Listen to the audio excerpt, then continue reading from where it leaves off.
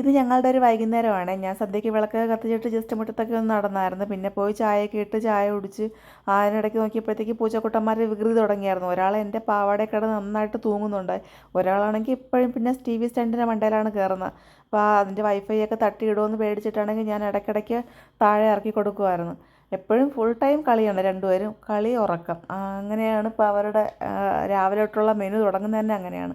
അപ്പോൾ നമ്മൾ രാത്രിയിലത്തേക്ക് പൂരിയും മുട്ടക്കറിയും ഉണ്ടാക്കാമെന്ന് വിചാരിച്ചത്. അങ്ങനെ അതൊക്കെ ഉണ്ടാക്കാനായിട്ട് മാവൊക്കെ കുഴച്ചായിരുന്നു. ചിലർ റവയൊക്കെ ചേർത്തായിരിക്കും കുഴയ്ക്കുന്നത്. ഞാൻ അങ്ങനെയൊന്നും കുഴയ്ക്കാറില്ല. ഞാൻ വെറും മാവും കുറച്ച് മയത്തിന് വേണ്ടി എണ്ണയും വെള്ളവും മാത്രം വെച്ചിട്ടാണ് കുഴയ്ക്കുന്നത്. അങ്ങനെ അതൊക്കെ കുഴച്ച് വെച്ചിട്ട് പിന്നെ മുട്ടക്കറിയിലോട്ട് പോകാമെന്ന് വിചാരിച്ചു. മുട്ടക്കറി എന്ന് പറയുമ്പോഴത്തേക്കും ഞാൻ ഈ ഇഞ്ചി, പച്ചമുളക്, പിന്നെ വെളുത്തുള്ളി, സവോള സാധാരണ എല്ലാവരും ഉണ്ടാക്കുന്നത് അതുപോലെ തന്നെയാണ്. പക്ഷേ ഞാൻ മുളക് പൊടി അങ്ങനെ ചേർക്കാറില്ല. എനിക്ക് മുട്ടക്കറി അങ്ങനെ സ്റ്റൂ ടൈപ്പിൽ വെക്കണം. അതായത് മുട്ട സ്റ്റൂ പോലെയാണ് ഞാൻ വെക്കുന്നത്. എനിക്കതേ ഇഷ്ടമുള്ളൂ. അത് ഞാൻ പണ്ടേ ശീലിച്ച് പോയതാണ്. അല്ലാതെ മുളക് പൊടിയൊക്കെ ചേർത്ത് വെക്കുന്നത് എനിക്കെന്തോ അതായത് ഉള്ളിക്കറി പോലെ വെക്കുന്നത് എനിക്കത്ര ഇഷ്ടമല്ല. അപ്പോൾ ഞാൻ ഇങ്ങനെയാണ് വെക്കുന്നത്. പിള്ളേർക്കും അത് തന്നെയാണ് ഇഷ്ടം.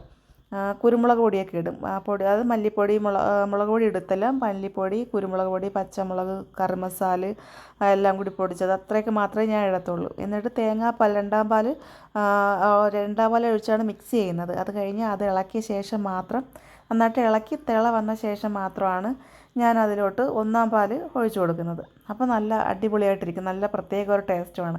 എന്നിട്ട് മുട്ടയൊക്കെ പറക്കിയിട്ടിട്ട് കുറച്ച് നേരം അങ്ങനെ അടച്ച് വയ്ക്കും. അങ്ങനെയാണ് ഞാൻ ഉണ്ടാക്കുന്നത്. ഇതുപോലെ ഇരിക്കും.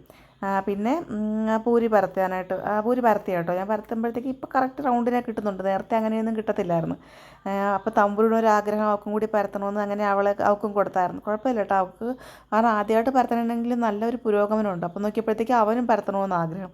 അങ്ങനെ 2 പേർക്കുള്ള ആഗ്രഹം ഞങ്ങൾ സാധിച്ചു കൊടുത്തായിരുന്നു. പിന്നെ എണ്ണയിലിട്ടൊക്കെ നല്ലവണ്ണം പൊരിച്ച് നല്ല പൊങ്ങി വരും കേട്ടോ. ഞാൻ ഉണ്ടാക്കുമ്പോഴത്തേക്ക് നല്ല പൊങ്ങി തന്നെ വരാറുണ്ട്. അങ്ങനെ നല്ല ടേസ്റ്റുമാണ്. ആശീർവാദിൻ്റെ മാവാണ് ഞാൻ എപ്പോഴും ഉപയോഗിക്കുന്നത് ഉണ്ടാക്കാനായിട്ട്. അങ്ങനെ നമ്മളൊക്കെ പോയി കഴിച്ചിട്ട് പിന്നീട് നോക്കിയപ്പോഴത്തേക്ക് ഇവന്മാർ രണ്ടും കൂടി പൊരിഞ്ഞ അടിയായിരുന്നു. ഇവർ ശരിക്കും അടി കൂടുന്നതാണോ അതോ ഇനി കളിക്കുന്നതാണോ എന്നൊന്നും എനിക്കറിയാൻ വയ്യ. എന്തായാലും നല്ല പൊരിഞ്ഞ അടി കിടക്കുന്നുണ്ട്. കണ്ടുകൊണ്ടിരിക്കാനായിട്ട് തോന്നും. ഇനി അവർ അമ്മയെ കൊണ്ടുവന്ന് സ്റ്റെറിലൈസേഷൻ ചെയ്യണം.